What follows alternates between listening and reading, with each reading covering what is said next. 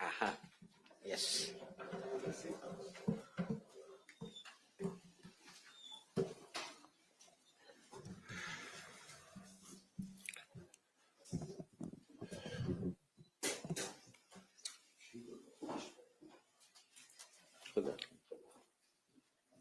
Yes, I can hear you. Yes.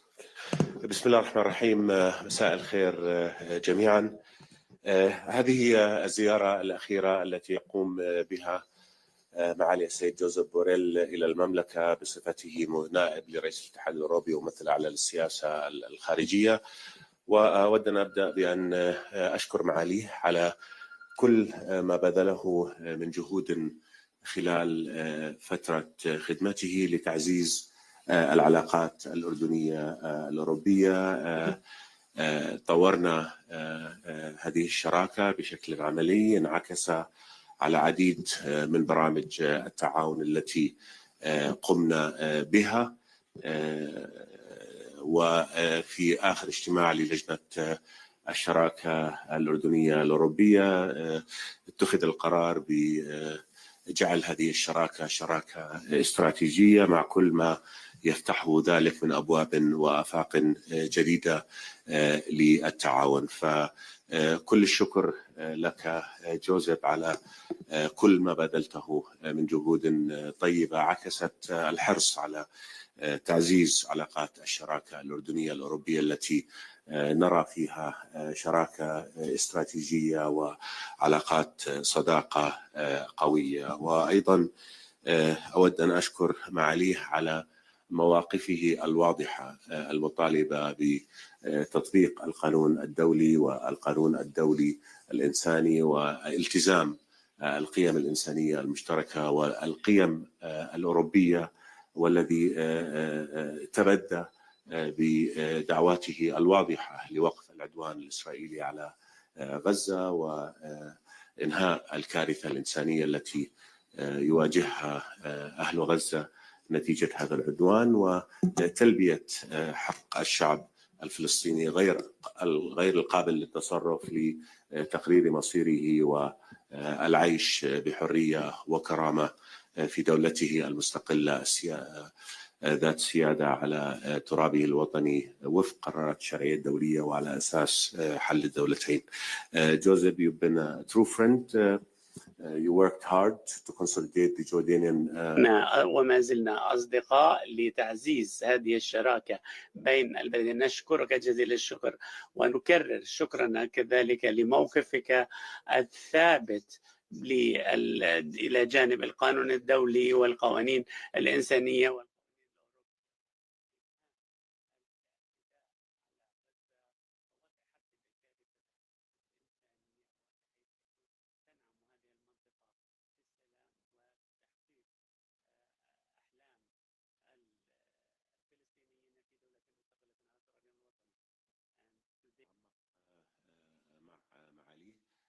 بنى على الحوار الذي كان جرى بالأمس حين استقبله جلالة الملك عبد الله الثاني حفظه الله حول كيفية المضي قدما في جهودنا المشتركة من أجل وقف العدوان على غزة، وقف العدوان على لبنان، إنهاء الكارثة الإنسانية التي تتفاقم يوما بعد يوم. وهذا موضوع ركزنا عليه، كيف يمكن أن نعمل معا بشكل أكبر الآن إلى حين وقف العدوان والتوصل لوقف دائم لإطلاق النار، كيف يمكن أن نعمل على إنهاء الكارثة الإنسانية التي تتفاقم في غزة، حيث يموت الناس من الجوع والعطش ومن غياب الأدوية، وتحديدا في شمال غزة حيث نرى واقع لا يمكن وصفه لو بأنه واقع غير إنساني. المساعدات تمنع من قبل إسرائيل من الدخول إلى القطاع، وهنالك عملية تطهير عرقي بدفع الناس من خارج من شمال غزة إلى خارج هذا الشمال. فكل هذه قضايا تحدثنا بها اليوم. موقف المملكة كما تعرفونه موقف واضح أكده جلالة الملك أكثر من مرة. الأولوية الحالية وقف العدوان، وقف الكارثة الإنسانية، ومن ثم العمل بجهد حقيقي لتحقيق السلام العادل والدائم في المنطقة والذي يشكل تجسيد الدولة الفلسطينية المستقلة ذات السيادة على خطوط الرابع من حزيران 1967 وعاصمتها القدس المحتلة سبيله.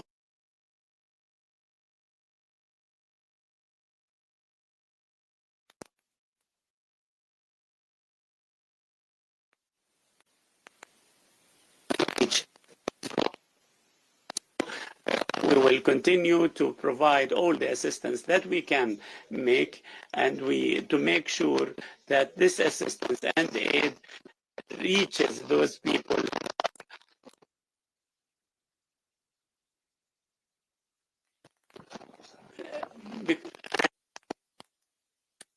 getting aid to Jordan. There have been so many aircrafts by the Jordanian armed forces that has delivered a lot of assistance that is in bad need by the people of Gaza. We have put forth a lot of efforts, but the optimum efforts have not been made successful unless the UN organizations are given permission to work freely, receive these assistance and distribute it to all who need it. However, all assistance and all windows that can be used to help our people in Gaza, Jordan will be a pioneer in this. It will be an entry point to provide this assistance to put an end to this catastrophe. Once again, I do thank you, Mr. Joseph Borrell, and we continue to look forward for a strategic partnership with the EU, not only to bolster the bilateral relationship, but also to put an end to the humanitarian crisis and to seize this Israeli aggression that is worsening day after day, and to achieve just and durable peace and to provide safety and security to all.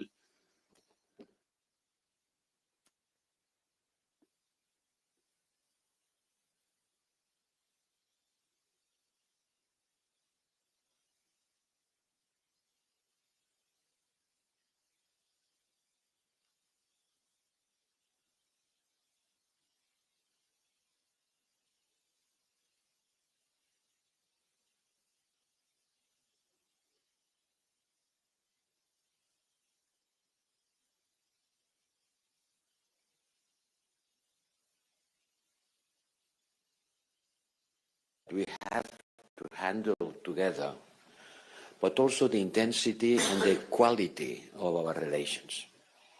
The quality of the relations between the European Union and Jordan. Jordan is an indispensable partner for the European Union. Jordan is an anchor of stability and wisdom in the eyes of the storm. And I want to pay tribute to His Majesty King Abdullah, with whom I had the honor to have yesterday an inspiring exchange about the current situation in the region. And I want to thank His Majesty for the great honor he gave to me with this Grand Cordon of Al-Kawbab Al-Urduni decoration. It will be high in my heart this moment. And also yesterday I had the honor to be received as a doctorate honoris causa by the International Relations School of the University of Jordan. And as I said at the university, Jordan has been defending principles, its sovereignty, its territorial integrity, its role as custodian of the holy sites in Jerusalem, never sacrificing the principles, never sacrificing these principles on the interaction with the rest of the world, and always at the side of the Palestinian people. And let me pay tribute also to your personality, my dear Minister. You have been steadfast in promoting peace in all international fora, always sincere, eloquent in our meetings, as a good friend, as a strong partner can be. And indeed, the volume of cooperation between the European Union and Jordan has been increasing. I don't want to go into figures, citing numbers. I prefer to stick to the big principle of our will to increase our strategic comprehensive partnership agreement. And today our teams are working in order to make it possible by the end of the year. This partnership will be part of a strong engagement of the European Union with the Mediterranean. You and me, we have been co-chairing the Union for the Mediterranean meetings in Barcelona. A new strategy for the Middle East is in preparation, and the European Union is committed to support Jordan and the region as much as needed. Our partnership will allow us to further advance in cooperation in the key areas of security and defense, trade, investment, energy, digital, and human development. In my meeting, I also reiterated the European Union commitment to continue supporting the implementation of the Jordan triple modernization process, the political, economic, and public administration reforms in which you are engaged. And I want to commend the successful conduct of the September parliamentarian elections. We deploy an electoral observation mission. These missions, you know, my dear Minister, are one of the most important tools that we have in our foreign policy. And this mission concluded that the elections were fair and transparent. And I want to congratulate you for that. Jordan had our full support when it comes to the implementation of the two other modernization tracks, economy and public administration. We will adopt soon a macro-financial assistance, a package of 500 million euros in order to support you on this transformation. Moreover, to assist Jordan tackling its multiple security challenges, we are already providing military support to the Jordan Armed Forces under the European Peace Facility. I am honored to be able to do that, and I will continue pushing for the European Union supporting you. And now allow me to go to a wider approach to the region problems. No doubt, Jordan deserves our full support, including your efforts to advance in a just peace and stability in the region. On Gaza, let me first express my utter dismay over the unbearable human cost and large-scale destruction in Gaza caused by this conflict. There are no more words to describe what's going on. As I said many times, one horror cannot justify another horror. And the tragedy for the civilian population in Gaza is unacceptable, and is man-made tragedy. It's not a earthquake, it's not a volcano, it's not a flood, it's a man-made tragedy. And this morning I was meeting with Muhammad Hadi, the United Nations humanitarian coordinator. And I would like, if you allow me, to echo the images that we have shared this morning in this meeting. Next Monday, humanitarian operations in Gaza are expected to stop. To stop because there is no more food and there is no more fuel. Hospitals have been turned into a battlefield themselves. Homes, schools, shelters, boys, girls, everyone has been coming under attack. The figures of the number of children being killed are terrifying. In Gaza, everywhere is a front line. No one is safe, and nowhere is safe. And families in Gaza are facing an impossible choice: to flee from violence, but to flee where, if there is no safe place? To stay and starve. Parts of the northern Gaza are in imminent risk of famine, and in central and southern parts of this Gaza Strip, Very few humanitarian actors are still working, and they report severe hunger. Looting, fueled by the breakdown of public order and safety in Gaza, has become something increasingly organized. This is endangering workers, aid workers, making it impossible for humanitarian organizations to do their job. Since early November, the Israeli authorities have facilitated just 40% of the nearly planned humanitarian movement across the Gaza Strip. Only 40% of the 320 planned humanitarian movements. The rest were either denied by futile reasons, impeded, or cancelled due to security and logistical challenges. And the people of Gaza cannot wait any longer for sustained humanitarian access and support.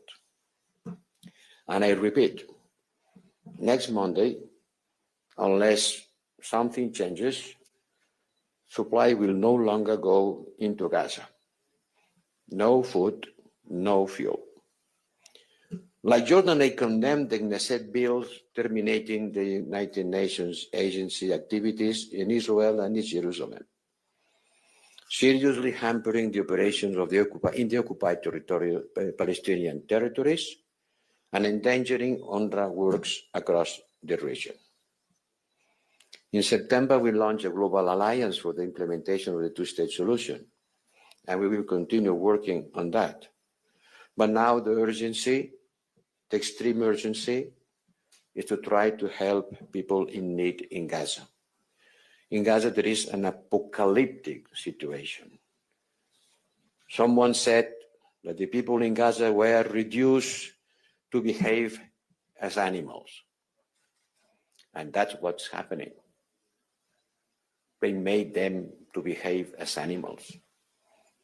But they are human beings. And the world cannot turn their view on what's happening there, my dear friend.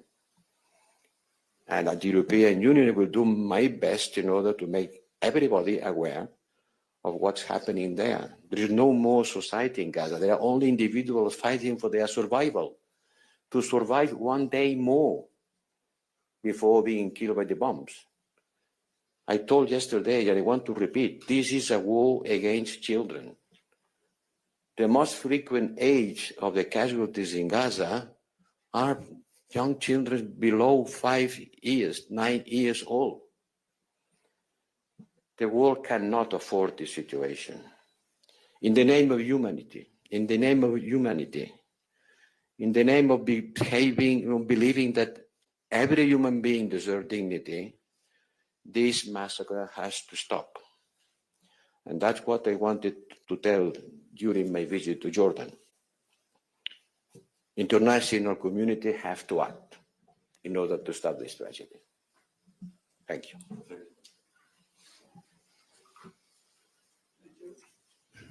Thank you, Excellencies. We will have 4 questions. Start with Mr. Tamer Smadi, Al Jazeera. شكرا.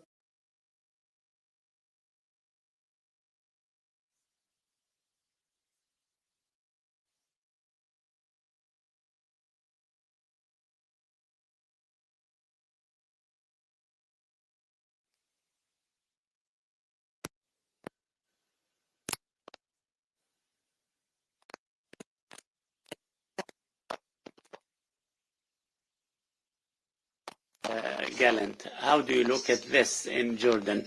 The same question also is addressed to Mr. Borrell.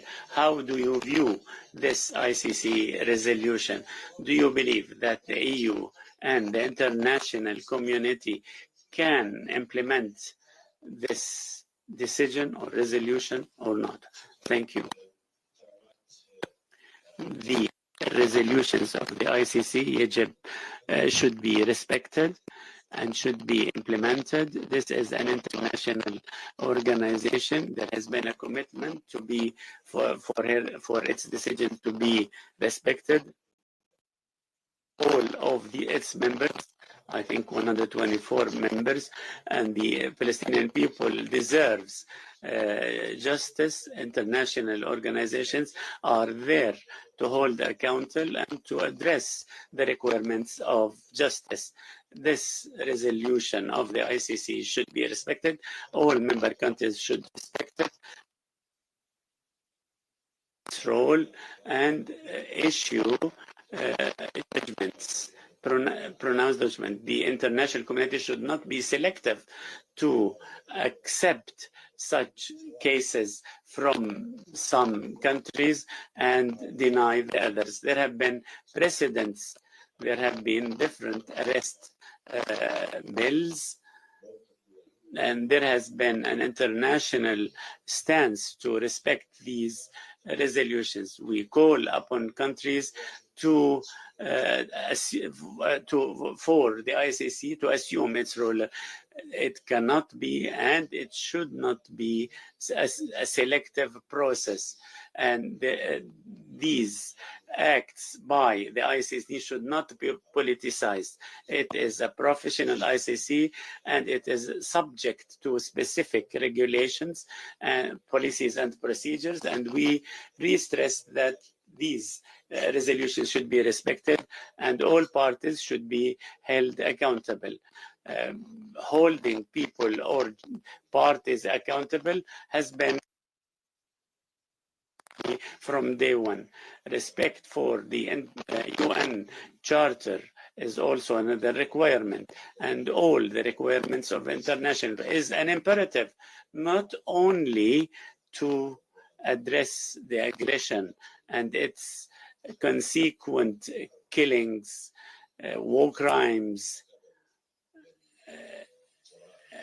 as well as other crimes against the Palestinian people. It is also an imperative for the credibility of the international law and the international institutions responsible for joint work. There is an arrest bill and there are foundations to deal with these bills or memorandums. And once again, we re-stress the point that the international law should be implemented transparently and fairly. In the meantime, this resolution should be just a message to the international community at large to take practical actions to stop the massacres that are taking place in Gaza, as well as to stop using starvation as a weapon to seize the regulations that do not allow assistance in Gaza Strip. This is a distinguished point. We are at a juncture. Should the international community act according to the international law or allow for politicizations and the balances of power to stop applying justice, which has been delayed for a long time? There should be an active international stance that imposes cessation of aggression and stopping starvation of people and their killings, either by killing them using bullets or by starvation.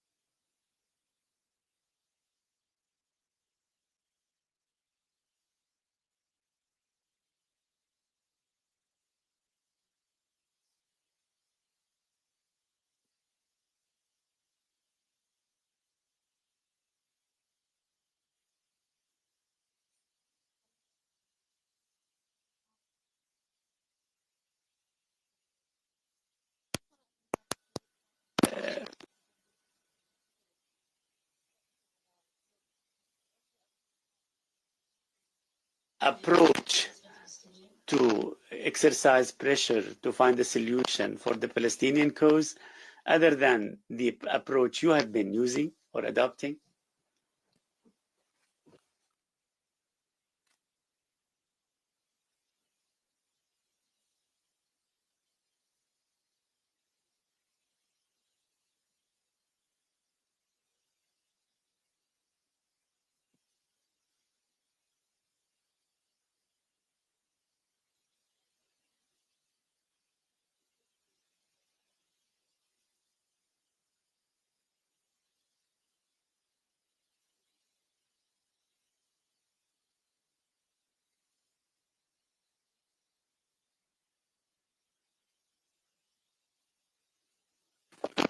Iyad Al-Fadli from Al-Mamlaka TV.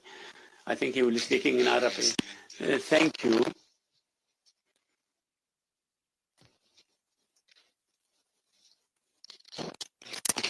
Mr. Borrell, would you have future steps regarding your previous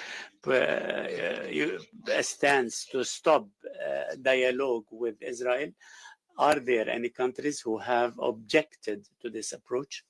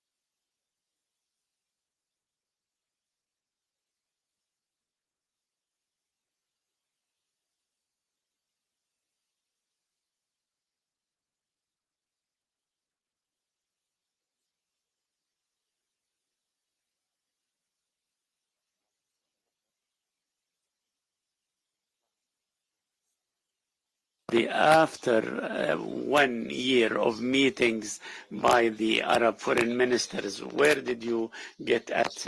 Have you achieved fruitful results? And the second question is to Mr. Borrell.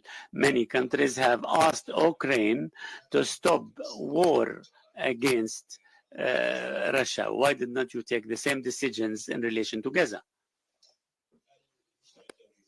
The international community has failed to stop the aggression on Iraq and its expansion to Lebanon, and the responsibility is to be held by Israel based on the other work that we have been doing, whether the kingdom or the Arab partners, as well as the European Union. We have already provided whatever plausible action possible to seize this aggression. However, Israel continued to violate all the resolutions by the Security Council, the General Assembly, the International Justice Court, and in the question, why this war has not stopped. Why has not this war stopped? Our efforts, whether Jordanian efforts or pan-Arab efforts, have never been stopped. However, Israel decided to challenge the international law and to submit to its requirements on the resolutions of the Security Council, as well as the international community's trends. But a lot has been changed since aggression of Israel on Gaza. There has been a remarkable change that has progressed from the stance towards such aggression since the 7th of October 2023. Many of the countries have changed their position, stances, and they are no longer using the word the right to defense. Israel has the right itself. Many countries have asked for cessation of this aggression. Many countries have already recognized Palestine as a state. Many countries have been committed to adopt the two-state solution as a good solution for the conflict. More than 123 countries have approved this. The Israeli narratives has lost its echo across the world. Many countries are challenging this narrative and refuse its rationale. We have seen many motions at the popular level across countries. They are more understanding the situation, and there is no way to achieve stability and security, not only to seize this aggression, but to also to put an end to Israeli occupation and to preserve the rights of the Palestinians for dignity, as well as to have a state. Many things have changed, but we are still facing extremist Israeli government. This effort has been going. Jordan's efforts are well understood and remarkable, especially those of His Majesty the King, not only in the political field and the pressure to seize this aggression, but also to engage with international organizations and partners, in addition to coordination with our Arab countries. But also Jordan's stance to allow in assistance in the West Bank and Gaza. The airdrops that have been made by Jordan is the third largest campaign across the world since World War II. And it has been contributing to mitigate the sufferings. Of course, such assistance is not sufficient. We need also to send more, but the problem lies in the hands of Israel that prevents allowing in this assistance, and even if they are allowed in, they cannot be distributed. Jordan has made every effort possible, did not leave any stone unturned, and Your Excellency, Jordan has fixed stances, positions. It is clear, it has not changed, will not be changed, and our continued efforts have not been interrupted. And in Jordan, we will continue to work now for cessation of aggression, and next to put an end to the humanitarian catastrophe and stop using starvation as opening for, as well as defusing and de-escalating any acts that would fuel the war, and to reach a lasting ceasefire in Gaza as well as in Lebanon, and to work collectively at the level of to the Jordanian state on its national territory. These efforts are continued. There have been many countries have been working. However, Israel does not respond to the requirements made by the world. They have not met their obligations, and they are now, or they will be suffering consequences, the implications, the repercussions. But everything that can be done will be done by Jordan, and we have offered whatever we could over the past period. Over to you, dear friend.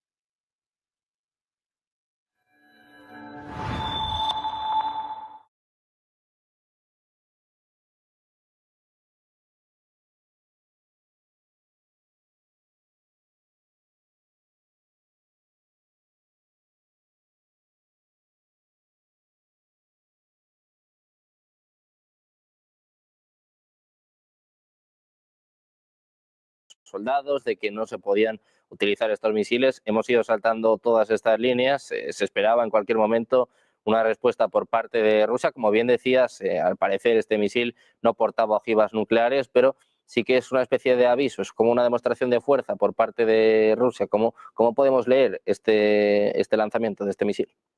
A ver, yo creo que en la retórica en la que estamos ahora parece que tenemos un deadline que es el 20 de enero. El 20 de enero habrá una nueva administración nueva donde hay muy diferentes voces. No nos creamos que todo este mundo de Trump es un mundo unívoco. Su consejero de Seguridad Nacional, Michael Waltz, es un halcón, es una persona que apuesta por incrementar la capacidad nuclear, que apuesta por ser mucho más agresivo, con lo cual veremos exactamente cuál es la fórmula de Trump. Lo que sí tengo claro es que no hay ninguna fórmula de paz que se pueda imponer si no hay un elemento de presión de fuerza.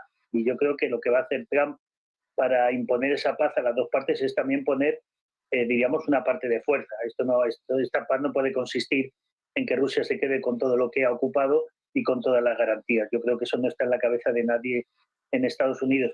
Pero sí que es una advertencia para entender que estamos en un momento, diríamos, peligroso incluso de no retorno, donde las partes, ninguna parece que se va a echar atrás, y es un pulso a ver quién aguanta más. Rusia, que ya tiene una situación complicadísima en todos los aspectos internos económicos, o una Europa que también lo tiene.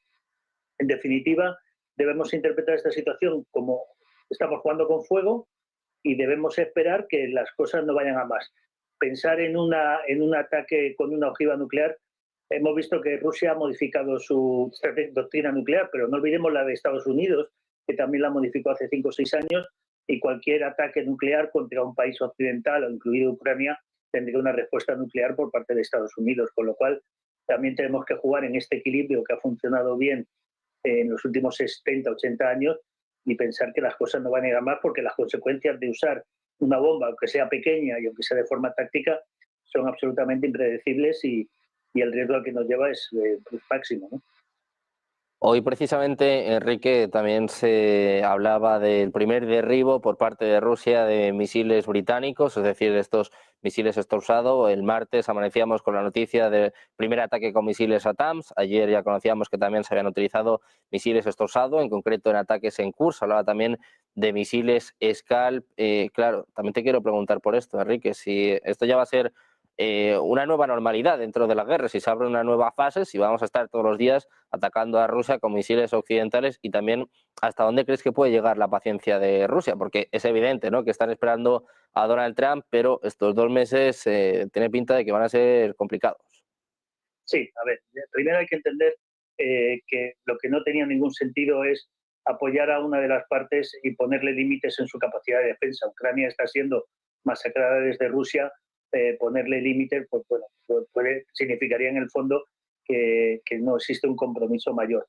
Los misiles Scalp, como los misiles usados, son misiles, digamos, que se lanzan desde aviones que también les acabamos de dar a los ucranianos, ¿no? Obviamente estamos ante una escalada en el sentido de que ya Occidente ha apostado claramente porque Ucrania ataque a Rusia. Y tiene todo el sentido en esta dinámica de guerra, ¿no? No puede ser que queramos que todo el conflicto se limite a Ucrania y que Ucrania aguante en su territorio sin capacidad de respuesta, porque eso no se le puede imponer a nadie.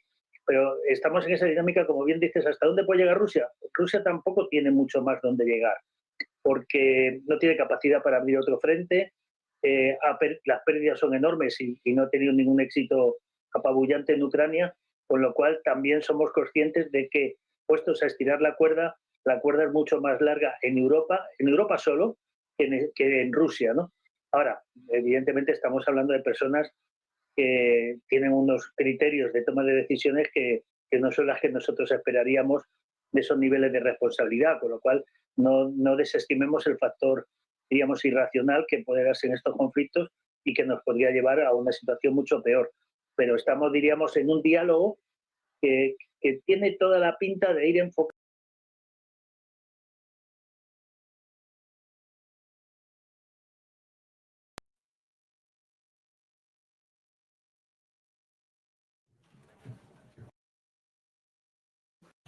Let me prove to you that I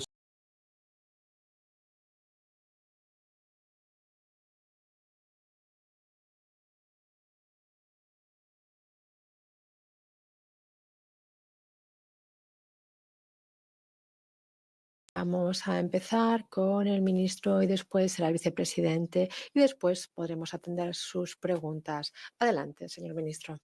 Buenas tardes a todos. Disculpen por la espera.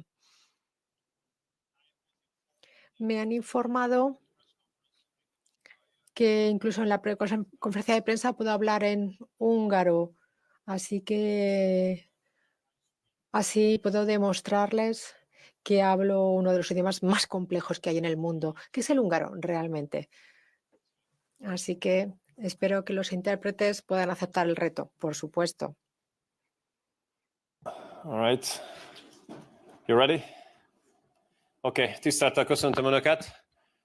Bien, pues buenas tardes a todos. Ahora en húngaro, bienvenidos a aquellos que se unen a nosotros en esta conferencia de prensa y también a aquellos que están conectados y que siguen en línea esta rueda de prensa. Nuestra reunión de hoy de Asuntos Exteriores en la vertiente de Comercio se ha ocupado de este tema donde, bueno, pues hay toda una serie de retos que se ciernen sobre nosotros a nivel de comercio, a nivel global. Esa situación global, hay una serie de retos que están ahí y que tienen que ver con una serie de bloques. Digamos que hay una especie de situación tensa a nivel comercial. Nosotros estamos perdiendo terreno si esa especie de guerra fría comercial se llega a cristalizar y si realmente empezamos a tener unos bloques compartimentados a nivel comercial.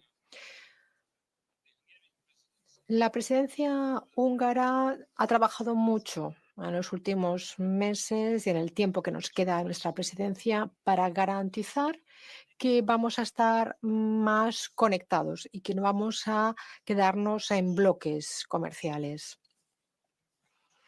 Queremos trabajar juntos a un nivel internacional. Pensamos que eso va a darnos la mejor opción posible para Europa, para mi país también, para todos nosotros, para mejorar nuestra competitividad. Esa competitividad es algo muy importante. Y es verdad que en los últimos años ha habido un retroceso. Si vemos Estados Unidos, la Unión Europea y China, ahí ven que el porcentaje de Estados Unidos y China ha ido aumentando, el porcentaje de comercio, mientras que Europa ha ido perdiendo su margen a nivel comercial. Si contemplamos las futuras políticas comerciales de la Unión Europea y vemos los elementos más importantes, tenemos que pensar en Estados Unidos, la futura administración y de momento no se han adoptado decisiones. Hemos tenido un debate y yo estoy bastante seguro de que el comisario, el vicepresidente de la Comisión, nos va a contar más cosas sobre su visión.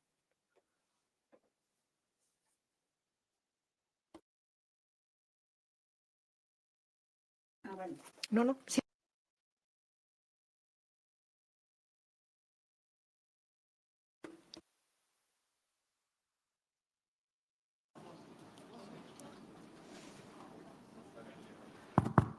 Okay, now it's back. Thank you. Semmi olyat nem mondtam eddig, amíg ez Entonces, como iba diciendo antes de esta pequeña interrupción con este problema de micrófono que ha habido. Bueno, espero que puedan seguir escuchando. Entonces, tal y como iba diciendo, pensamos que el interés de la Unión Europea y nuestro interés también a nivel húngaro es resolver las tensiones, los problemas que se plantean a nivel comercial. Para eso necesitamos acuerdos de libre comercio, esto es fundamental. Y en este sentido, yo antes comentaba que hay 6 negociaciones de acuerdos de libre comercio que están tardando una media de 13 años y hay 10 acuerdos comerciales donde se han parado las negociaciones que empezaron hace 14 años. Hay aranceles, hay limitaciones, hay tensiones, hay problemas y todo esto no ha logrado dar respuestas a las expectativas que todos teníamos y yo creo que ha planteado toda una serie de problemas para mejorar el comercio, como todos deseamos. Suecia y otros Estados miembros han hecho una propuesta para que veamos cómo se podría aumentar los aranceles a los productos rusos y de Bielorrusia. Es una de las propuestas que se ha hecho en el Consejo. La Comisión ha empezado a trabajar en esta propuesta y el vicepresidente les va a contar más ahora sobre esta iniciativa. Pero me gustaría decir algo. Nosotros en Hungría pensamos que es una propuesta peligrosa. Y les voy a decir por qué. Hay 14 paquetes de sanciones que se han introducido. Estos 14 paquetes todavía no han desplegado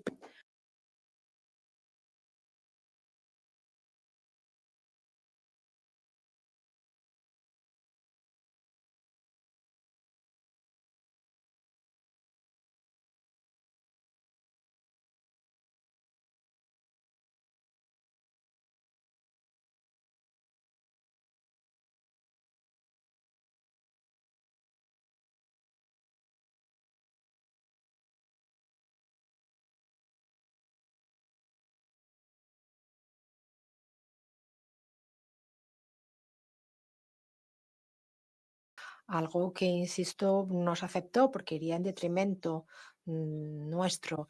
Nosotros rechazamos este enfoque. Lo que nosotros pedimos a la Comisión es que contemple, que estudie, que haga un estudio y que pueda garantizar que tenemos en cuenta a todos los Estados miembros y los intereses de todos y cada uno de los Estados miembros. Entonces, también debo decir que hace tan solo 2 semanas la realidad global del mundo ha cambiado. Los estadounidenses han votado, tenían 2 opciones y han elegido a un presidente del lado de la paz, de la política económica, del patriotismo, y a nivel político y a nivel comercial, pues esto nos plantea una situación de competencia a nivel comercial y no podemos cerrar los ojos y decir que no ha pasado nada, porque si hacemos esto vamos a perder esos retos que tenemos ante nosotros. Por eso pensamos que en Europa necesitamos una nueva estrategia. Necesitamos esa estrategia para garantizar que entre Estados Unidos y China no es Europa quien sea el perdedor. El Consejo, evidentemente, ha dado las gracias al vicepresidente, señor Dombrovskis, por su trabajo en los últimos 5 años y cómo nos ha ayudado a lidiar con diferentes situaciones de crisis a través del trabajo que ha hecho como vicepresidente. El Consejo le ha dado las gracias por su trabajo diligente durante este periodo y también decir que le deseamos lo mejor para su nueva posición en el siguiente mandato. Köszönjük szépen, miniszter úr. Vice President, the floor is yours. Tiene la palabra el vicepresidente. Muchísimas gracias, ministro. Bueno, es mi último consejo como comisario de Comercio y he aprovechado la ocasión para presentar la situación de las distintas negociaciones. Nosotros ya tenemos una red muy amplia de acuerdos de libre comercio con distintos países y seguimos ampliándola. Actualmente estamos negociando con Indonesia, Indonesia, India, Tailandia, Mercosur, México y estamos haciendo un ejercicio de ámbitos con Malasia y también con los Emiratos Árabes Unidos. Vamos a iniciar ese ejercicio en breve.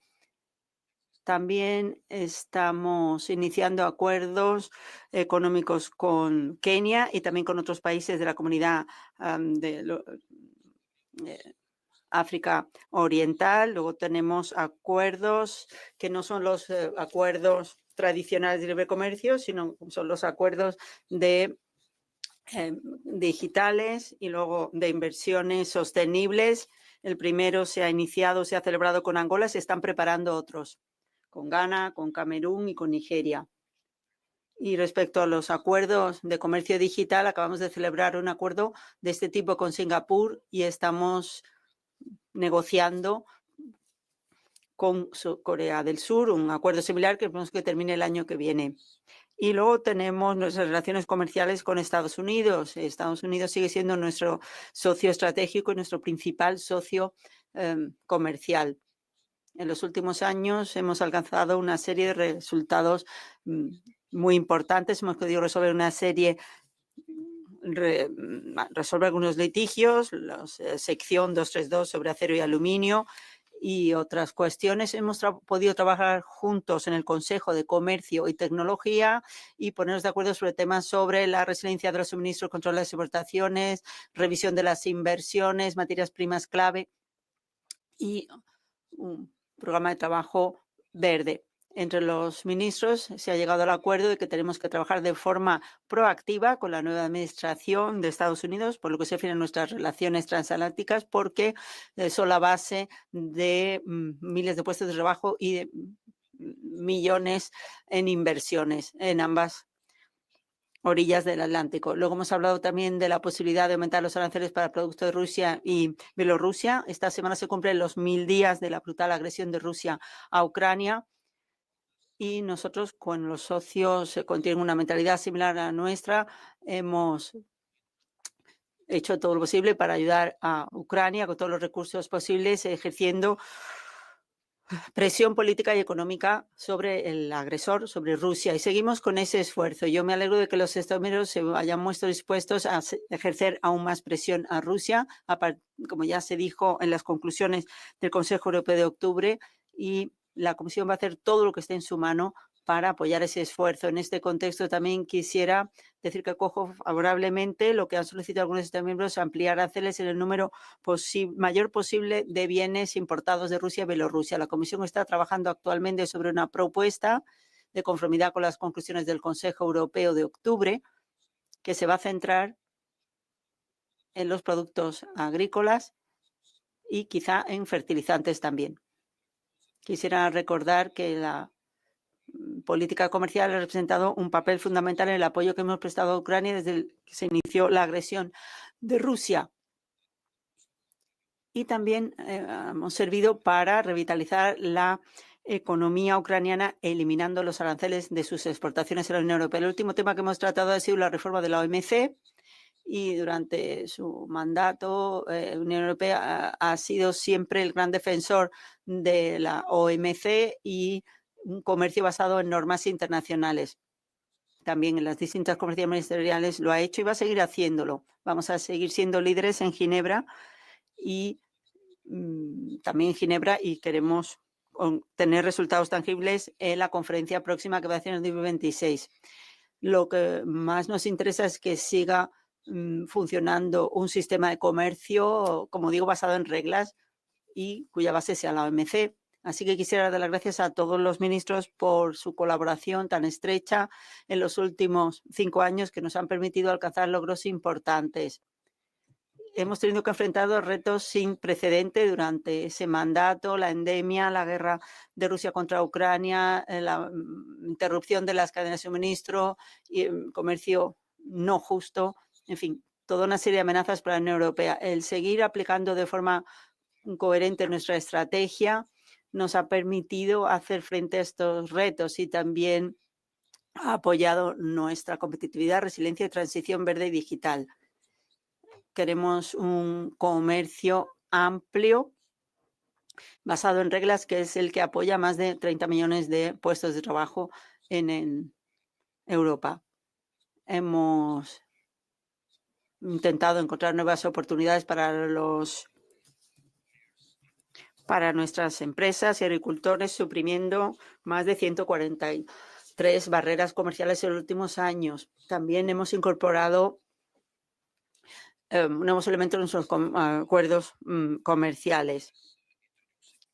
También hemos introducido nuevas herramientas como los instrumentos anticoerción y antisubsidios, y tenemos estos instrumentos de defensa que hoy por hoy protege unos 630.000 puestos de trabajo en la Unión Europea. También tenemos que mitigar el riesgo de nuestras relaciones con China. Tenemos que desvincular nuestra economía. La política comercial ha desempeñado un papel líder en el apoyo, como digo, de Europa a Ucrania. Ha contribuido a introducir sanciones contra Rusia y, como digo, mejorar la economía de Ucrania a través de la supresión de los aranceles, pero también haciendo lo necesario para aproximar a Ucrania al mercado único europeo. El comercio va a seguir siendo fundamental, como lo va a seguir siendo en el próximo mandato, y también va a apoyar los objetivos de competitividad y sostenibilidad, que son los principios de la Comisión von der Leyen. Muchas gracias. Adiós. Thank you so much. Sí, muchas gracias. Y ahora vamos a escuchar sus preguntas. Empezamos al fondo. Sí, adelante, sí. Mariette for Le Grand Continent. Minister.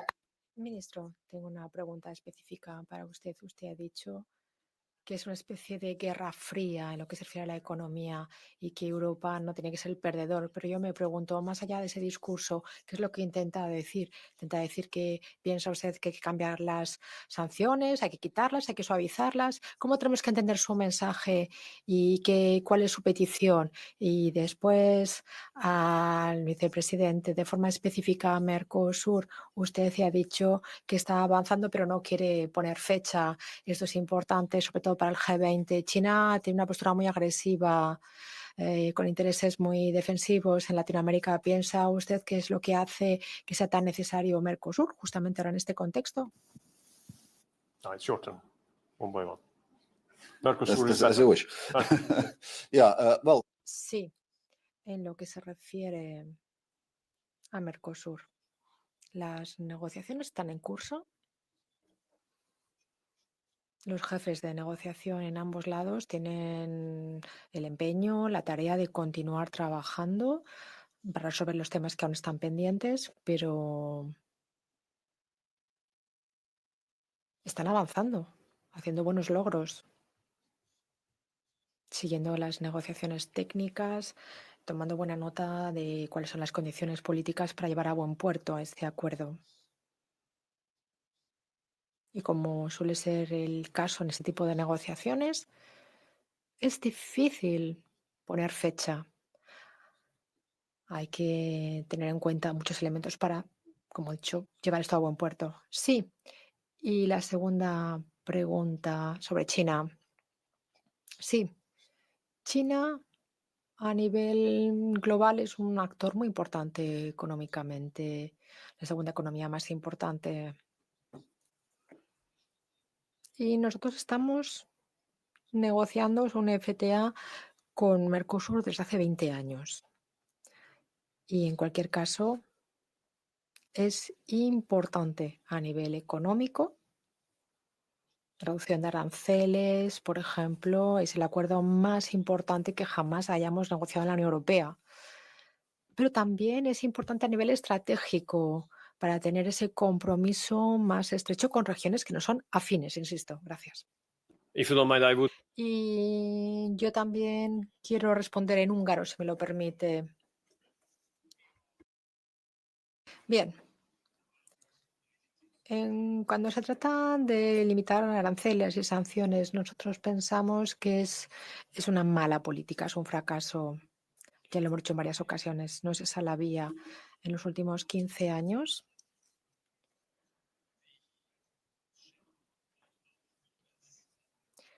el porcentaje de Estados Unidos no ha cesado de crecer.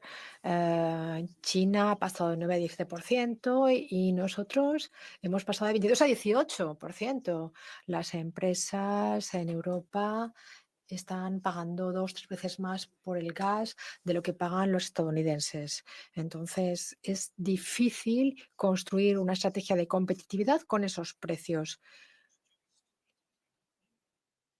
En febrero, en marzo, en el 2022 empezaron las sanciones y la cuestión que teníamos que plantearnos era cuáles son los objetivos de esas sanciones.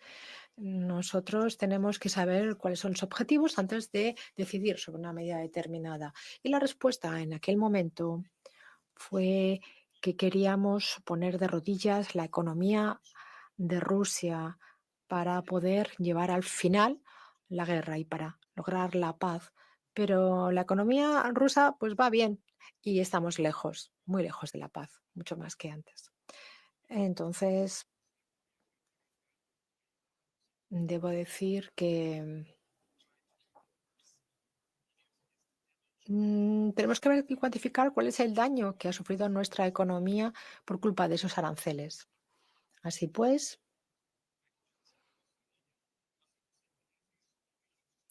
tenemos esos paquetes de sanciones, tendremos un número 15, un número 16, sí, pero antes de hacer todo eso, yo creo que es importante que hagamos una evaluación honesta de lo que esas sanciones suponen para Europa.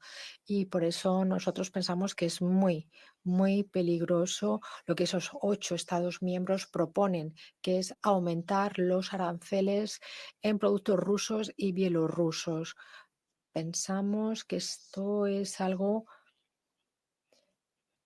que soslaya la norma de unanimidad y no coincidimos con ese punto de vista.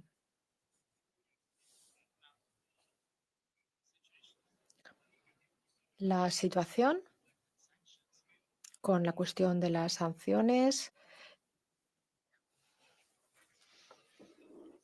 pues bueno, hay que decir que quizás hemos sido un poco hipócritas. ¿Por qué estamos utilizando las sanciones con el gas? Si queremos romper nuestro comercio con Rusia en las importaciones de gas, nuestro país, por ejemplo, pues no va a poder ser operativo. Por lo tanto, es que no tenemos suficiente gasoductos para que pueda llegar el gas desde otro lugar. Y por eso hemos pedido excepciones para la Comisión y ha sido rechazado. Y si vemos el gas licuado, por ejemplo, esas importaciones de gas licuado de Rusia, pues las importaciones han subido el 120%. 87% del gas licuado se va a Francia, Bélgica y España. Y entre tanto tenemos un embargo para el petróleo. Y durante este periodo Rusia ha aumentado sus importaciones.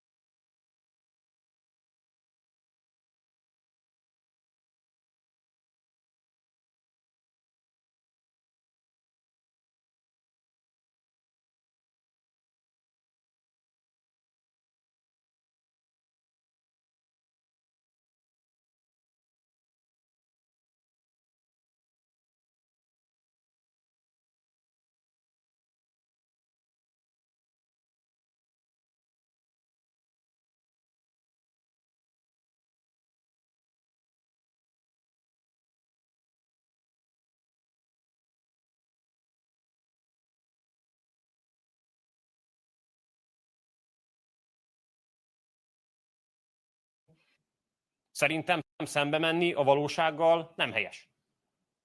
Lehet, hogy ez valakinek ideológiailag nem tetszik, de ez a valóság. És miközben mindössze 12 tagállam szavazott arra, hogy a bizottság vezessen be vámokat a kínai elektromos autóiparral szemben, a bizottság úgy döntött, hogy 12 ország szavazata elég. Mi nemmel szavaztunk. Mi nemmel szavaztunk. 10 tartózkodtak, 15-en nem szavaztuk, meg 12-en megszavazták, mégis bevezetésre kerültek a vámok. És én azt hiszem, hogy ebben az új világgazdasági, világpolitikai realitásban Európa nem áll jól, és ezért is javasoljuk azt, hogy a szankciók, vámok, korlátozások helyett a konnektivitásra törekedjünk. Én még egyszer mondom, mi Magyarországon a gazdasági semlegesség stratégiáját valósítjuk meg, egyszerre működünk együtt a keleti és a nyugati országokkal, a keleti és a nyugati vállalatokkal, és ez a stratégia Magyarországnak munkahelyek 10 és 100 ezreit és modern beruházásokat jelentett. Magunk részéről ezt az álláspontot képviseltük az elmúlt években is, sok vitánk is volt vitánk az alelnök úrral is, volt vitánk más tagországokkal, a biztosokkal is, de hát azt hiszem ezek a viták a jövőben, ahogy elnézem, az álláspontokat fenn fognak maradni. De majd megvívjuk őket természetesen. If I may, I would add a couple of words in many of the points which Minister raised or addressed to the Commission. First of all, I would say that sanctions work, and actually we do provide regular update to member states about impact of Russia's war on European economy, which includes impact of sanctions. We are providing regular updates to member states through ECOFIN Filiere, which I'm also honored to attend. If we look impact of sanctions on Russian economy, what we see rapidly dwindling sovereign reserves of Russia. So yes, they had substantial buffer, but it's being quickly exhausted. Big problems is access to funding in Russian economy, which is also reflected very well in Russian Central Bank raising its base interest rate now to 21%, which is actually one of the highest rates in the world. Substantial problems in many industrial sectors which report supply chain disruptions due to the sanctions, and the list can go on and on. Indeed, we need to fight against sanction circumvention, because as we are imposing sanctions, Russia is trying to find ways to circumvent, and that's why we need to actively work against this. And by the way, one of the elements of upcoming 15 sanctions package will be exactly to deal against sanction circumvention, including sanctioning vessels which are involved in so-called shadow fleet, which are circumventing G7 oil price cap. So that's certainly something which has to be on our agenda. Talking about the proposal which European Commission is currently preparing on agricultural goods, it's worth noting that already in July, the European EU so-called grains regulation entered into force, putting substantial tariffs, basically prohibitive tariffs on Russian grain and other agricultural products supplies, because we are seeing disruptions in EU market caused by Russia's war of aggression. And similarly, we'll be assessing the situation now, and we see basis that there are disruptions which are being created to EU market, and correspondingly will come forward with this proposal. I was a bit puzzled by Mr. Minister mentioning gas in a context of sanctions, because EU was never able to agree to sanction Russian gas because there was no unanimity for that. Therefore, it's something which certainly doesn't fall into the discussion of sanctions. Thank you. Reméljük, ez így is marad. Reméljük, ez így is marad, mert a külügyminiszterek tanácsában folyamatosan azzal jönnek elő szankcióbarát országok, hogy minél előbb az energiahordozókat is szankcionáljuk. Úgyhogy azt hiszem, hogy igazam volt a mondandóm végén, hogy a vitáink fenn fognak maradni. Köszönöm szépen. Haladnánk a kérdésekkel, és mivel sok kezet látok a levegőbe, ezért összegyűjtenénk őket, hogy mindenkinek tudjunk válaszolni. Zoltán, parancsolj. Utána pedig Camille és Vitali a másik oldalon. Good afternoon, Zoltán Bugnyár from Hír TV Hungary. A question to Minister Szijjártó. Több olyan dolgot is említett, amely a versenyképességet akadályozza az Európai Unió tekintetében. Azt talán nem említette, hogy úgy tűnik, hogy az Európai Unió politikai játszmák fogjává vált, és ugye júniusban volt a választás, tegnap itt már Brüsszelben is leesett az első hó, és ennek örömére talán a biztosok testületé is végre összeállt, ugyanakkor szemben például az ázsiai kereskedelemi racionális hozzáállással, vagy az amerikai pragmatizmussal az Európai Unió inkább a politikával van elfoglalva versenyképességi szempontból. Hogy látja, hogy ez miről a véleménye? Köszönöm szépen. Következő kérdés Camille, és utána Vitai. We are collecting the questions. Sorry, I spoke Hungarian. We are collecting the question. We have limited time because the minister has a plane, so we collect all the questions so everyone can get an answer. Excuse me? Then he chooses which one to answer. He has a plane to catch. We can also do 2 more questions and no more questions, as you prefer. Yeah, so my first question would be to EVP Dombrovskis. Do you expect the EU to renew its truce on steel and retaliatory tariffs, which lapses in March 2025? And Mr. Sijarto, I'd like to have a sense of how your government is going to, engage with the Trump administration, especially in light of the 20% tariffs. Thank you. Vitaly, please. Thank you. Vitaly Sizov, your TV. My questions for Mr. Sijarto. You said that sanction is not the best options and military supply is not the best options too, for your point of view. But today Ukraine was shelled with intercontinental missiles. And from your point of view, how it possible to make Russia stop shelling?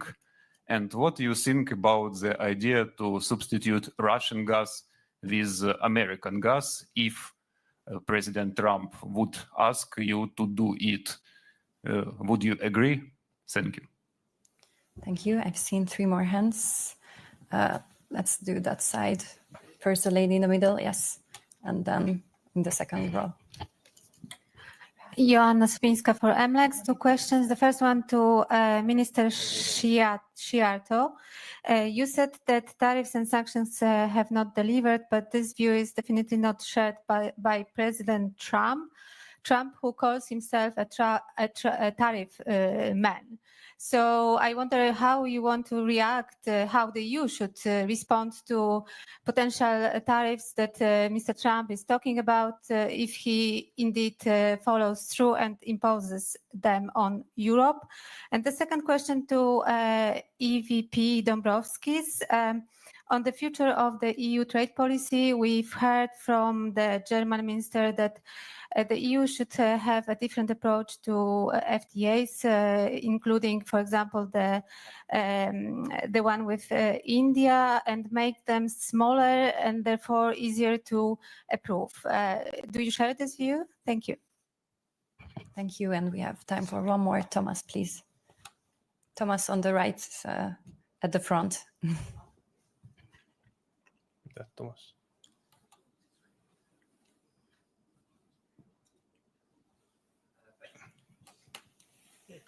Thank you very much. Thomas Mann-Nielsen at Euractiv. I have one question for the Hungarian minister. I would like you to comment on President von der Leyen's suggestion that Europe should buy more LNG from the United States. I assume you're against that, but I'd like to just confirm that. And for EVP Dombrovskis, would you be able to, many ministers in the doorsteps this morning, they stressed the need for unity in the face of Trump's trade policies. I mean, given what we've seen on the podium just now, are you still hopeful that member states will remain united in the face of what Trump might potentially do? Thank you very much. Thank you. That's quite a lot of questions, so I give the floor to Minister. Would you like to start? Okay. Vice President first. Thank you for those questions. First on our question on Section 232 steel and aluminium tariffs. Indeed, we managed to park this dispute, but not fully resolved. So at this stage, it's difficult to predict how concretely the incoming Trump administration will want to address this. In any case, we were discussing those questions more broad also in today's Trade Council, and I would say there was quite broad agreement among ministers that we should maintain constructive engagement with US, and we should not be reopening old trade disputes, and we should be avoiding new trade disputes. And that approach will be following. However, of course, if we see certain new trade disputes or certain measures which are addressed against the European economy or European companies, we should be ready to react in a coordinated, precise, and proportionate way. Then on a question on free trade agreements, you mentioned specifically India, because indeed India is a case in point. That what we see that we have a trade agreements template, which is very comprehensive, covering a very wide range of economic and policy areas. And not all our trading partners are ready to engage with us on all those areas, and that's certainly the case with India. So we had already discussions among ministers before on this, that if we are to successfully bring our negotiations with India to successful conclusion, in this case, indeed, we also need to look at our approach, how we are approaching those negotiations. We'll be able to conclude them, so to say, fully based on our template. At the same time, India is by now the world's most populous country. It's a rapidly growing economy. Its share in global economy is only going to increase. So it's important for us also economically to have this engagement with India. So this is something which certainly will merit further discussions as we go forward. But in a short term, it's also important to see meaningful access to markets proposals also from Indian side. Thank you. Köszönöm szépen a kérdéseket. Először is szeretném leszögezni, hogy az energia ellátás kérdése, az energia mix összeállításának kérdése kizárólagos nemzeti hatáskör. És mi ragaszkodunk ahhoz, hogy ez így is maradjon. Ezért visszautasítunk minden olyan kísérletet, amely befolyásolni akarja, hogy honnan, hogyan és kitől vegyünk energiahordozókat. Ez egy nemzetbiztonsági és szuverenitási kérdés. Az energiaellátás biztonsága a nemzetbiztonság része, és nem fogadunk el semmilyen típusú beavatkozást a magyar energiabiztonságról szóló kérdések megvitatásába. Szeretném elmondani önnek azt is, hogy Magyarország elégedett az Oroszországgal fenntartott energiaegyüttműködésével. Én a saját tapasztalataimról tudok beszélni, a másokéről nem. És elvárom, hogy mások se beszéljenek az enyémről. A mi tapasztalatunk az, hogy Oroszország megbízható szállító, mindig megkaptuk a szerződéses mennyiséget, mindig azon az áron kaptuk meg, amin megállapodtunk, és mindig akkor, amikorra megállapodtunk. És a helyzet az, hogy egy biztos és versenyképes áru energiaforrást csak akkor ad fel egy ország, hogyha érkezik egy jobb ajánlat. A jobb ajánlat még nem érkezett. Sem megbízható, sem olcsóbb forrásra vonatkozó ajánlat nem érkezett. És mindaddig, amíg ilyen nincs, addig nem is fogunk váltani. Miért tennénk? Nekünk nemzeti szempontból a lényeg, hogy az energiaellátás biztonságos legyen, megfizethető legyen. És ez jelenleg adott. És ettől nem vagyunk hajlandóak eltérni semmilyen módon. Főleg még egyszer mondom, azért nem, mert akik itt nagyon büszkén döngetik a mellüket, hogy hogyan építik le az orosz energiahordozókat, azoknak egy része az körülő úton ugyanúgy megvásárolja továbbra is. Ami az Egyesült Államokkal való együttműködést illeti. Nekem többször volt abban a lehetőségben vagy megtiszteltetésben részem, hogy Orbán Viktor miniszterelnököt kísérve részt vettem Donald Trump elnök úrral folytatott tárgyalásokon. Akkor is, amikor Donald Trump hivatalban volt, akkor is, amikor nem. És 4 évig szolgáltam külügyminiszterként, már akkor, amikor Donald Trump volt az elnök. És én azt gondolom, hogy a politika az egy tapasztalati műfaj, és az én tapasztalatom az, hogy Donald Trump a tárgyalásos megoldások és a jó megállapodások híve. Making good deals. Magyarul. Tehát én azt gondolom, hogy nekünk ezt ki kell használni. Nekünk magyaroknak is, meg ezt tanácsoljuk az európaiaknak is, akik majd aztán eldöntik, hogy mit csinálnak. Mi magyarok minden esetre azt gondoljuk, hogy ezt ki kell használni. Donald Trump a tárgyalásos megoldások és a jó megállapodások híve. És reméljük, hogy fogunk tudni kötni egy jó megállapodást. Mi magyarok is kétoldalú alapon, meg hát reméljük, hogy az Európai Unió is multilaterális alapon. És a versenyképesség javításához szerintem nagy mértékben hozzájárulna, hogyha a fizikai és gazdasági valóság kérdéseit kevésbé ideologizálnánk vagy politizálnánk át. Végül pedig az ön kérdésére, hogy mit látunk megoldásnak az ukrajnai háború tekintetében, jól mondta az alelnök úr, ezen a héten volt az 1000. nap, hogy zajlik ez a szörnyű háború a szomszédságunkban. Mi a szomszédban lakunk, nem sok száz kilométerre, meg nem az óceán túlpartján. Tehát mi közvetlenül találkozunk a háború hatásaival. 1,4 millió menekült érkezett a háború megkezdése óta Magyarországra. Ma is több mint 1000 iskola és óvoda van Magyarországon, ahova menekült családok gyermekei járnak. A mai napig mi vagyunk Ukrajna legnagyobb villamosenergia ellátója. A legnagyobbak. Az ukrán villamosenergia import 1/3 Magyarországról érkezik. Tény. Érdekes módon sosem szokták megírni, meg megemlíteni, pedig ez tény.